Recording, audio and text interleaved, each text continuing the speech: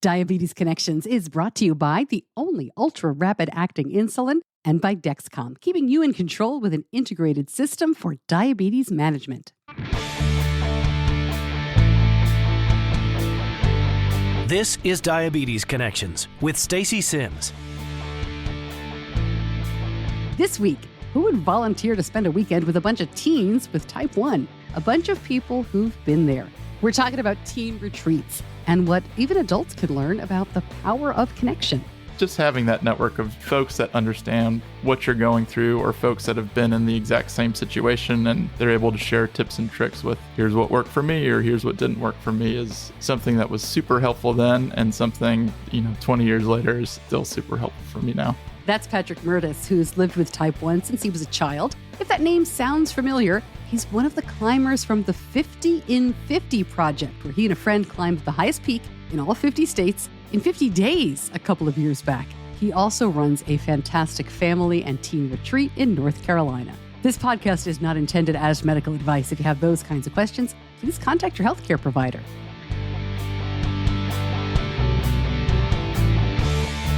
Welcome to another week of the show. I'm your host, Stacey Sims, and we aim to educate and inspire about diabetes with a focus on people who use insulin.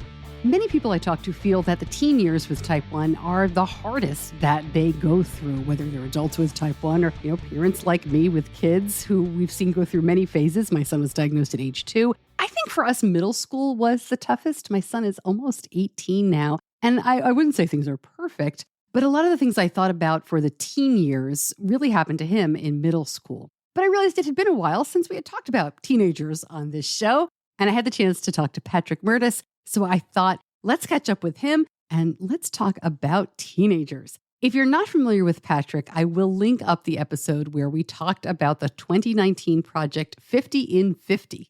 Patrick was joined by his good friend Michael Shelver. The two of them both live with type 1. And their whole goal here was to show what could be possible with type 1. They traveled to each of the 50 states. They hiked to or summited the highest peak in each individual state. And I say hiked to because sometimes they walk to. I mean, there's a couple of states that their highest peak is a little hill. But there's a couple of states where their highest peak is a tremendous mountain, right? This is a huge deal, not just for the incredible stamina, planning, and everything else that would go into a project like this, but they also did it in 50 days. That was the catch. They wanted to complete this in less than 50 days, and they did it. Fewer than 300 people have actually successfully summited all 50 state high points, and most don't do it in 50 days. They do it over a lifetime, and Patrick and Michael were the first pair with type 1 to complete this really incredible accomplishment. I knew Patrick in a completely different capacity because for a long time, he headed up the Diabetes Family Connection,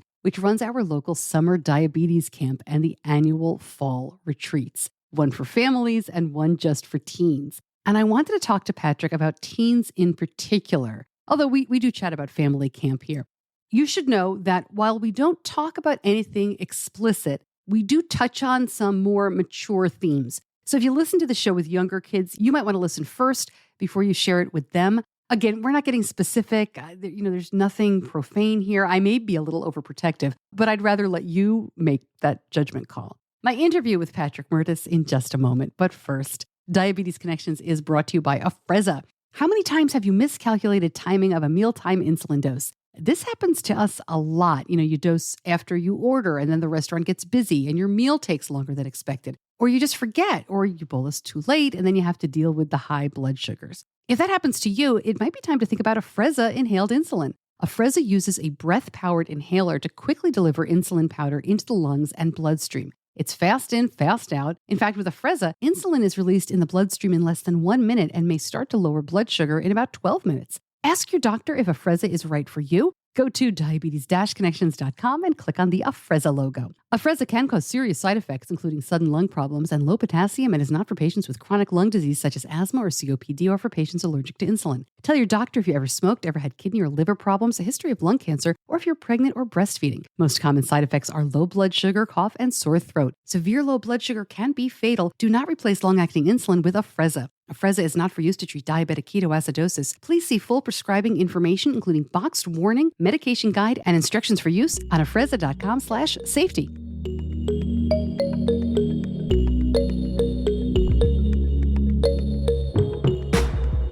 Patrick, welcome back to Diabetes Connections. How are you? It's great to talk to you again. Stacey, it's been a while. It's always a pleasure being on. Things are great.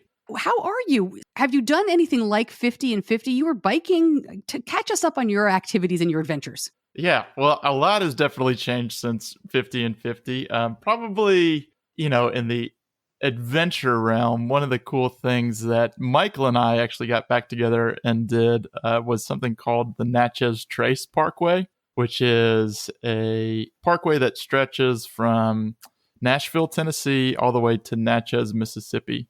And it's over, I think it's close to 450 miles. And we biked the entire thing self-supported in 4 days, which was pretty brutal, to be honest, but it was a lot of fun at the same time. The last time you guys got together for an adventure, you were climbing mountains. You were also walking up some very small hills in some states, but you were climbing a lot of mountains and doing a lot of strenuous activity. In terms of type 1, how does that compare with the bike riding? It's all a challenge, to be honest. There's different challenges that kind of pop up depending on the environment that you're in. Biking was unique in itself where it was very hot. We were doing it in September. So it was early September. The temperatures, were already causing fluctuations in glucose, in addition to just super strenuous physical exercise. I think what the biking was a little bit different than the mountain climbing, where the biking was just back to back to back, constant aerobic exercise. Right. So it was really hard to kind of get your glycogen storages refilled. You could never eat enough food. So I feel like Michael and I were both just constantly trying to beat off lows. So yeah. It's funny. I talked to Sebastian Sasseville about when he was biking and all the food he had to eat. And I talked to a couple of hikers who just they have to eat junk food. They like this one, great guy is very healthy, but he likes to eat a lot of junk food on the trail because it just is better for avoiding lows. Did you have anything favorite in terms of serious junk on the bike? My go-to junk food is peanut M&Ms. And for whatever reason, I could eat, I've probably consumed pounds of peanut M&Ms at this point in my life, and I still have not reached that threshold where I'm sick of them yet. So peanut M&Ms are my go-to. And then the other adventure that you have pivoted to is the family adventure. Oh, yeah. You've got two very little ones, a boy and a girl, or girl and a boy, right? The older one is your daughter is 2, and your little guy is 3 weeks old. You hit the nail on the head. So Bo will be turning 2 on October 10th. And then Patrick Bear was born on September 4th this year. So the parenting adventure is worlds more challenging than any of the physical adventures that I've taken on to date. Can't just throw peanut M&Ms at those. You can't throw peanut M&M. Well, you can, but no, different outcome. But your little boy's name, you're calling him Bear. Is that a nickname or is that his real middle name? So his real middle name's Bear. So we're calling him Bear. We're calling him all sorts of names right now. I'm sure. We're hoping it settles on Bear. That's great. Well, congratulations all around. I'm so excited to talk to you because not only just to catch up on all of that fun stuff, I'm a huge fan of camp, but this other kind of stuff, these teen retreats, these are not things that Benny wanted to do. Even with his other camp, they offer these things and we've never really done them. So I don't have a lot of experience. I imagine they are just as fantastic. Can you talk a little bit about what this is all about? What's the goal of a teen retreat? Yeah. There's a kind of a multi-pronged approach to the teen retreat, and I think it fills several buckets. But if we kind of stay in the camp lane, there's so much that's jam-packed into camp where it's really a environment where it's go, go, go, go, go all the time. And you kind of have that additional safety net of having, medical professionals there and a lot of people very well versed in diabetes if anything were to pop up. What the teen retreat does is it kind of fills the gap between summer camp. So you get an opportunity to kind of reconnect with friends that you made at summer camp. But it's also the pace of it is significantly slower than what campers are accustomed to when they're at summer camp. So there's a lot more opportunity to just kind of sit in community and have deeper conversations with your peers and with other folks that have been teens themselves at some point in their lives. We're really focused heavily on the community aspect and a little bit less on kind of these high activity kind of go, go, go mentality that you get at summer camp. Remind me, Patrick, when were you diagnosed? I was diagnosed at the age of 9, so in 1997. So not only am I a product of diabetes camp, but I'm also a product of teen retreats as well. Oh, okay. So let's talk about that. When you went to a teen retreat, I'd love to hear more about where you went and how it went. Did you want to go? Do you remember thinking like, oh, this is going to be lame? Or were you one of these kids that was right there? Yeah, so I had already drank the Kool-Aid with diabetes camp. So I absolutely wanted to go. It was an opportunity for me to not only see, familiar faces from folks that I had met at diabetes camp, but, when you're a teen, you want nothing more than just to hang out with other teens. And really, we're creating the space for that to happen. And truthfully, what happens organically at these teen retreats it's probably way more powerful than anything that we can actually plan ahead and program for.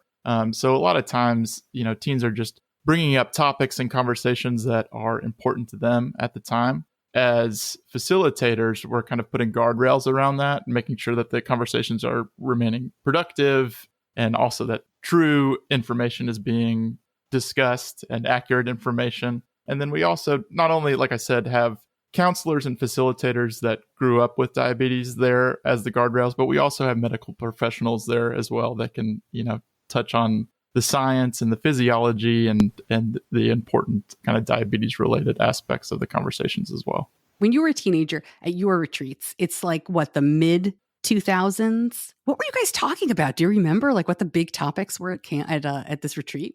Stacey, I think teens are always dealing with the same. Yeah, well, that's what with I mean. The same kind of important. The technology was very much different, but right. What happens at these retreats is we talk about leadership, number one, and then what always comes up is the sex, drugs, and rock and roll. I think, there's unique challenges that come up for all teens. And then for teens living with diabetes, you have this huge other additional element in your life that you're having to deal with. And it's so powerful just being able to have a community of other folks that know exactly what it is you're going through on top of all of the issues that come up when you're a teenager.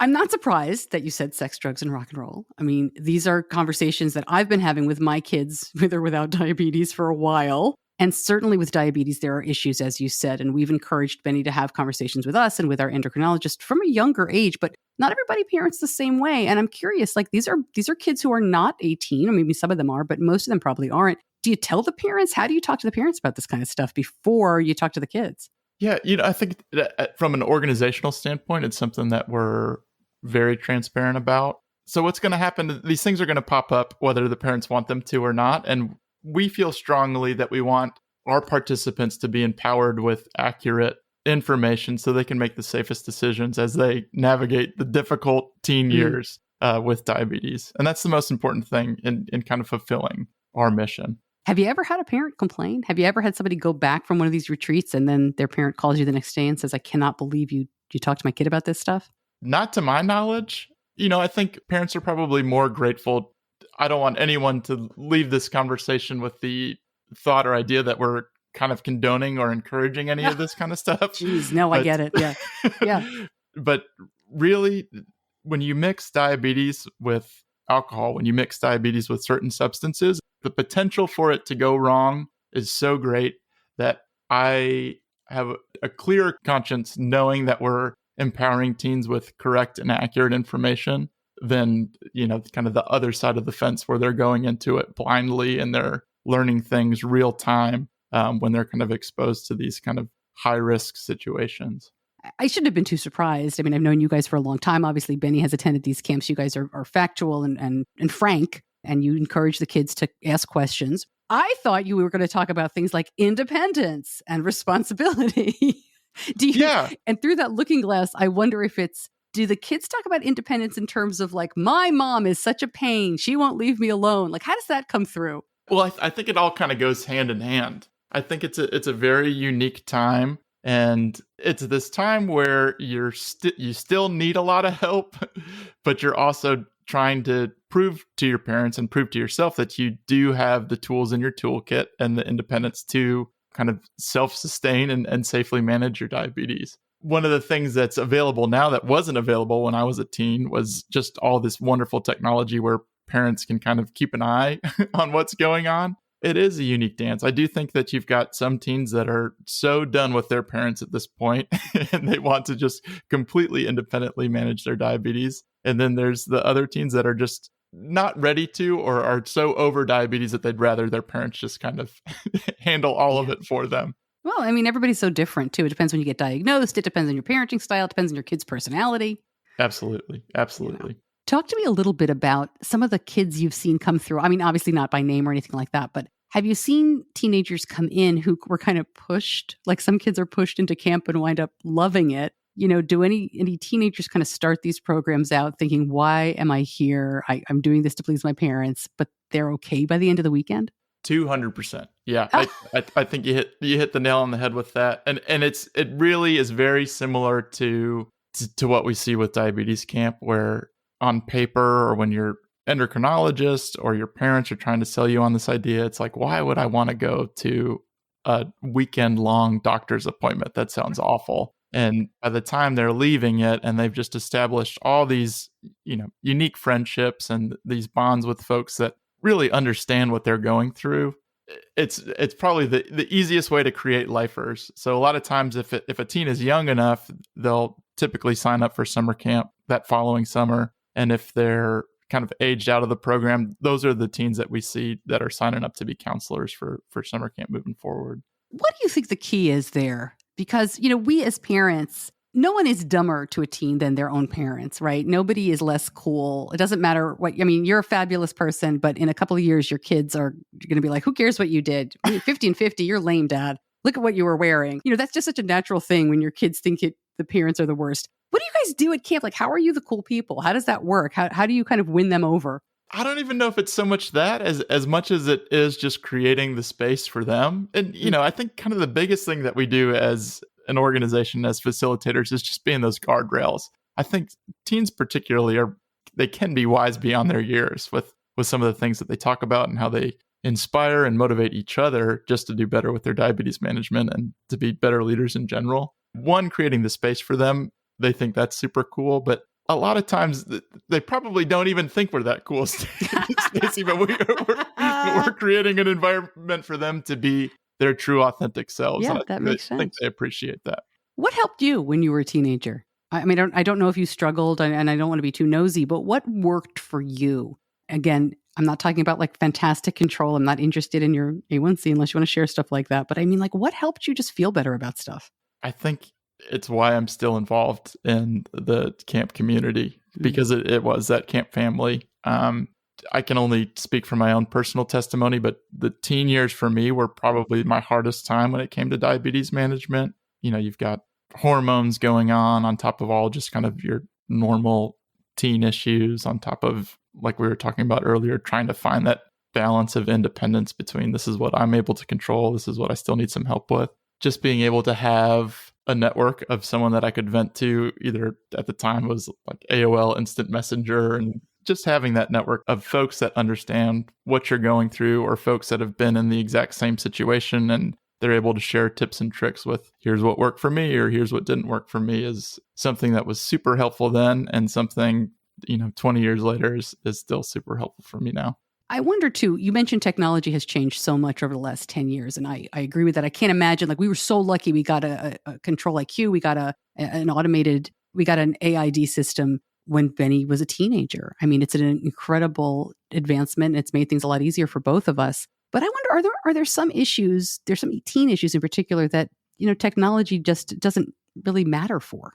Yeah, I think probably the biggest thing that a lot of teens will experience, and I certainly experienced myself as a teenager, is just kind of that diabetes burnout, especially as you're starting to navigate that. You're at the stage of life where you really do have to start taking ownership over your diabetes management and realize that this is something that you're going to be living with the rest of your life. That, regardless of how amazing the technology is, diabetes burnout is always going to be a very real thing. All right. So you guys also do a family camp. And interestingly, you all do it the same weekend, right? So the teens aren't with the parents, but the families are all together? Yeah, you're absolutely right. So there are two independent programs that are just kind of running concurrently at the same time. So the teen program's really doing their own thing the entirety of the weekend. And then our family retreat is a separate program that we're just kind of maximizing our time at the space with the facility that we rent out. Yeah, no, I think it's a great idea too, because I know a lot of families are reluctant. If they've never been, at least they know like, okay, my teenager is here. I don't have to actually leave him here, but he doesn't have to see me, so he can feel like he's independent. Yeah. We've got a small number of families where the teen is taking part in the teen program, and then the families are attending the family retreat. I would say the majority of our program or our family retreat participants are either kind of young kids or middle school and grade school. Oh, okay, good. Yeah, I misunderstood. I thought like a lot of the teen families were there. That makes more sense. Correct. Yeah. So not being a family camp person, because I will not go back to camp, even for my son's other camp that he loves as well. Sure. What happens at family camp? Family camp I've never seen anything like it. It's a very unique experience. You know better than anyone, diabetes impacts every member of the family unit. And this is just really this holistic approach to diabetes management. So kind of from a high level, what occurs during the weekend is the parents have opportunities to sit in on really wonderful diabetes-based education sessions. And they can kind of choose a track on which kind of education they want to get throughout the weekend. And then the kids living with diabetes, in addition to their siblings, are able to partake in kind of traditional summer camp activities during the weekend. And in addition to all of that, there's an opportunity on Saturday afternoon for the families to partake in summer camp activities together for kind of several hours during the weekend. How do the siblings react? What do you do for these brothers and sisters that are, had such a tough part of diabetes? Yeah, and that's why these programs are so important, truthfully. A lot of it just kind of comes up organically as they're participating in kind of those traditional camp activities, whether it be archery or, the climbing wall or high ropes, where conversations will happen between two different families where the sibling is the child that's not living with diabetes, and they're able to kind of just have conversations of what that is potentially like and the stress that they feel from their parents or the resentment that could potentially occur because their siblings getting so much attention because they're living with diabetes. And again, what's super nice is that we've got those facilitators there that can really maximize those conversations and those opportunities that pop up organically. I was almost going to ask you about how COVID has changed things at camp and family camp and teen retreats and that kind of thing. But let me ask instead, like, I almost feel like people are really excited to get together now in a way that they maybe weren't in 2019. And so kind of as my COVID question, are you feeling that as well? I mean, is your teen retreat, your family retreat, seeing good attendance? Yeah. So if we're even comparing the numbers from 2019 to where we're at now, the attendance is significantly greater. And I think you're absolutely right. I think it's one of those things where you don't even appreciate what's available to you until you lose it. Yeah. And I think just that period of time where people were feeling so isolated. Diabetes in general is a very isolating condition, especially when you kind of feel like you're the only family in your network that's having to deal with this condition. And then you throw COVID on top of it. I just think that people are so hungry for opportunities to get together and to build that community and to build those networks and to build those opportunities to kind of share tips and tricks and venting and all that comes with just, having a strong network around something. All right. What are some of the most successful things you've been able to do at family camp, at teen retreat, that kind of thing? Is it activities? Is it just letting people talk? Like you said, just giving them the floor and saying, this is a space where you can talk about whatever you want. What are some of the things that you've done that you just cannot wait to do again? Yeah. And it's similar to the teen retreat where the most important thing that I feel like we do is just creating the space. I feel like the most powerful things pop up organically. What we do on the very first night after dinner is the kids do a really fun kind of high energy campfire, and the parents and, guardians are able to just sit together as just adults. And we go around in a circle and everyone's able just to kind of share where they're at in their diagnosis story. And I'll tell you, Stacey, it is probably the most powerful thing to be able to witness. We have to pass around a box of Kleenex just because, there's so much where people are just able to feel validated all the feelings that they've probably been having since their diagnosis or since their child's diagnosis. And, by the end of the weekend, having created this community and people now have, people saved in their phone that they're just a text away if anything were to pop up, it makes the whole program worth it. That's fantastic. All right. So as someone who's had type 1 since you were 9, hundreds of kids now, lots of families. Any advice for parents of kids of any age? Like, what can we do to kind of, you can never make sure that your kid's going to be perfect with or without diabetes. But, what works? I think from my personal experience, it's focusing on the person first and then diabetes second. I think any time that you allow diabetes to be an obstacle or a hindrance, it's going to magnify itself 100 times, and it's just going to make everything harder. I think finding out what your kid's passionate about, who they want to be as a person, what they want to do for fun, and then finding ways to allow diabetes to kind of work its way into there. I don't know if I'm articulating that clear enough. Yeah, I think it's great. I think staying person-centered and realizing that diabetes is just a part of your life, but it's not your life. That's so hard to remember. Yeah. I'm going on 25 years of constantly reminding myself. Just like speaking candidly, I think probably the most important part of the teen weekend is addressing those topics that teens are probably apprehensive to talk about during their endo appointments. It is a small sliver of what goes on during the weekend, but I do think it's probably, and I can only speak for myself personally, I think it's probably the most important and powerful part of that weekend. But it's definitely, not the sole focus of what we do during the teen retreat. And I hope that's not what came across. I don't think you would have been allowed to have had a second one if that were the case. Sure. Yeah, absolutely. But you get what I'm saying, though. Yeah. And to your point, let me ask you a real question about that. I would imagine that as young, and you're still to me, younger adults with type 1, these are issues that, I hate to say it like this, but they really are life and death. They are important. They are physically dangerous in a way that something like, did you bolus before you ate? Sure. Might not be. Does that make sense? Yeah. So I'm glad my kid wasn't old enough probably when he left camp to talk about that, but I know he's talked to his endocrinologist about it, and we've certainly talked to him about it. I'm glad people are talking about it. I think that's great. Do you talk about driving? Yeah, we talk about driving. I think what comes up, and every year is a little bit different. We initially set up the framing as the importance of kind of building leaders. And then, it always happens that the conversations kind of tend to start heading in this direction. And then usually what we'll do is we'll provide an opportunity where teens can anonymously write any question that they would like to get answered, whether it's diabetes related or not. And most of the time it is going to be diabetes related. And then we've got the Galens and the Justins and folks that are going to authentically answer these questions there, in addition to Dr. Jacob and other medical professionals that are going to make sure that the medical standpoint lines up with the real world practicality standpoint.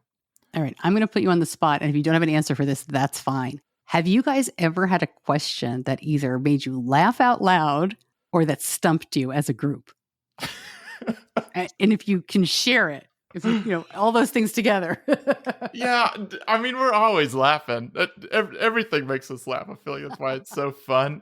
Stumped, I would say, is a hard one. There is so many years of collective diabetes experience that there's a lot of things that I don't know the answer to, but I don't think I've ever seen a question that's popped up that one of our staff hasn't known the answer to. I love it.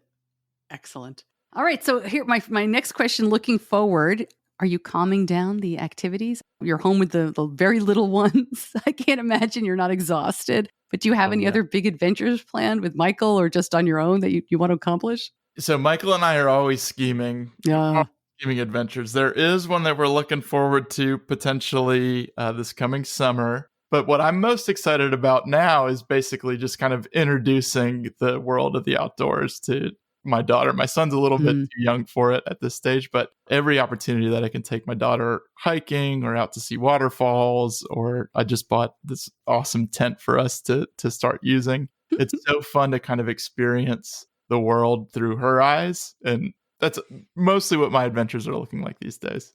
Well, that sounds terrific. Patrick, thank you so much for joining me. I'm so excited for everybody going to the teen retreat and the family camp, even though I'm never living in a cabin again. But I'm so glad that you joined me, and I appreciate your perspective. Thanks for everything you do.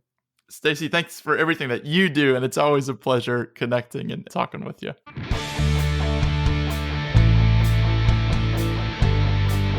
You're listening to Diabetes Connections with Stacey Sims.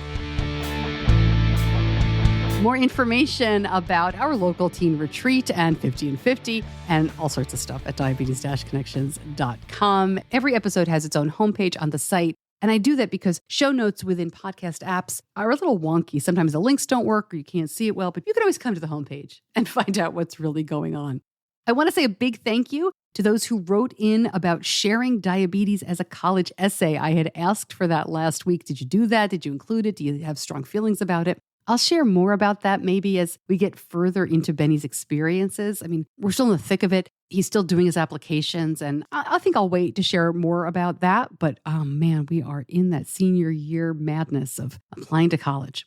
A little bit of event news coming up. But first, Diabetes Connections is brought to you by Dexcom. And Dexcom has a diabetes management software called Clarity. Do you use this? For a very long time, longer than I'd like to admit, I thought it was something just our endo could use, but it's really helpful. Now I have it on my phone. You can use it both on the desktop or as an app. And in fact, we learned last week on the show that when the G7 comes out, Clarity is adjusted a little bit as well. So we'll be hearing more about that. But it really is an easy way to keep track of the big picture. I find I use it when we were adjusting things, which felt like it was nonstop there for a while. Benny is 17 now, and he's pretty much leveled out on growth and changing basal rates, at least for now. And Clarity really helps us see longer-term trends and helps us not overreact. The overlay reports help put context to Benny's glucose levels and patterns. And when you share your report with your care team, it's easy for them to get a great idea of what's going on and how they can better help. Managing diabetes is not easy, but I feel like we have one of the very best CGM systems working for us.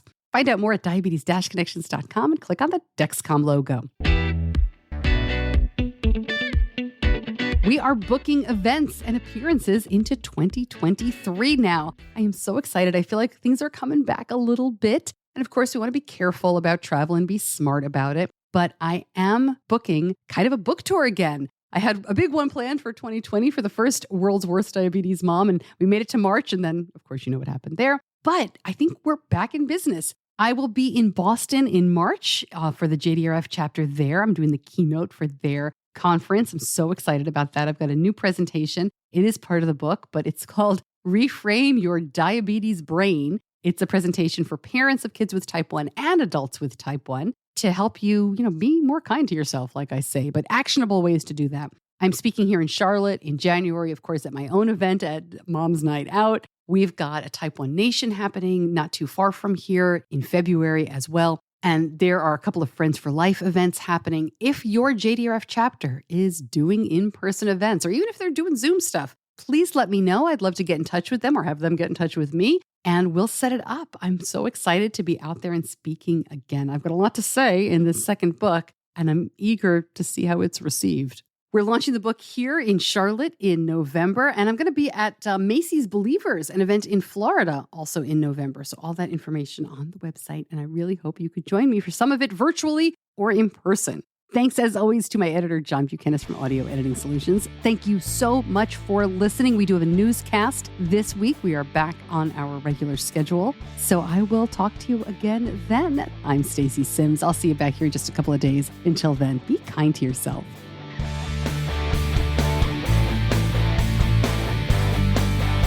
Diabetes Connections is a production of Stacey Sims Media. All rights reserved, all wrongs avenged.